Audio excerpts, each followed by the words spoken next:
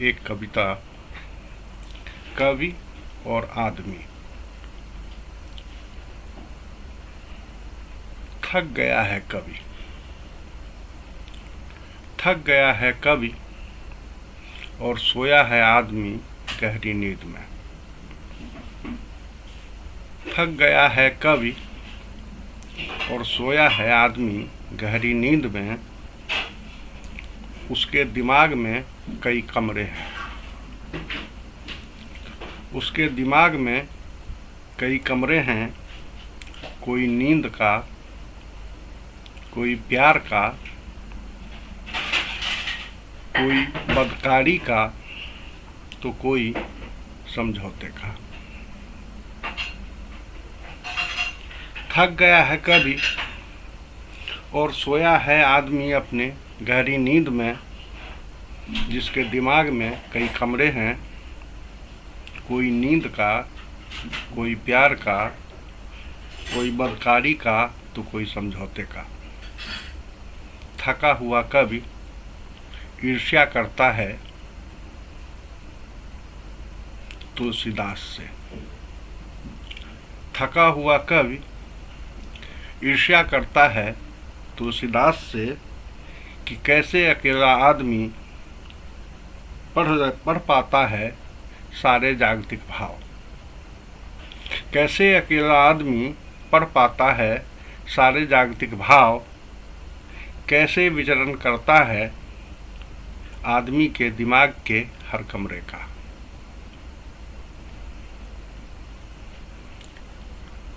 थका हुआ कवि और सोया हुआ आदमी। थका हुआ कवि और सोया हुआ आदमी। आदमी जागेगा, तरोताजा होगा, लेकिन कवि सो नहीं पाएगा। आदमी जागेगा, तरोताजा होगा, लेकिन कवि सो नहीं पाएगा।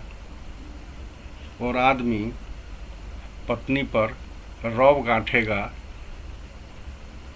बेटे को स्कूल भेजेगा, बॉस की चापलूसी करेगा और ईमान बेचेगा। कवि तरसता रह जाता है, रोज रच डालूं इस आदमी को पूरा का पूरा। और कवि तरसता रह जाता है रोज कि रच डालूं इस आदमी को पूरा का पूरा। कवि और थक जाता है,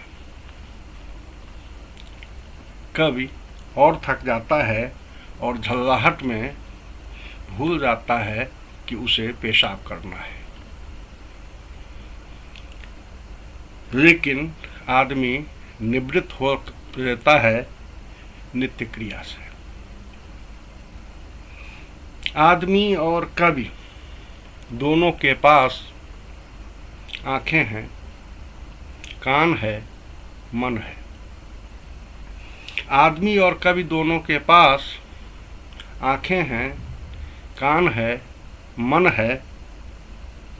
आदमी जीता है जिंदगी और कवि सोचता है कि लिख डालूं कई सारी जिंदगियां।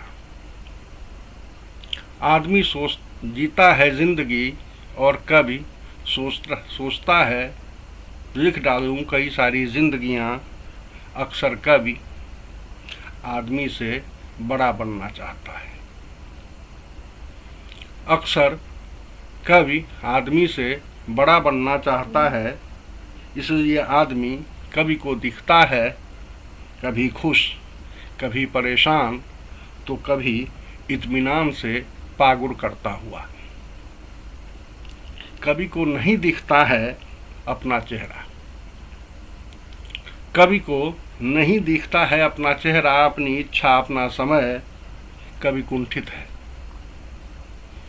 कवि कुंठित है। कवि कुछ लिख देना चाहता है।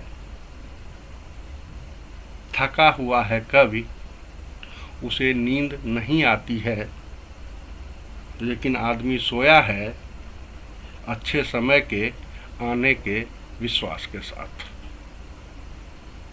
थका हुआ है कवि, उसे नींद नहीं आती है, लेकिन आदमी सोया है अच्छे समय के आने के विश्वास के साथ। आदमी सोया है अच्छे समय के आने के विश्वास के साथ। धन्यवाद।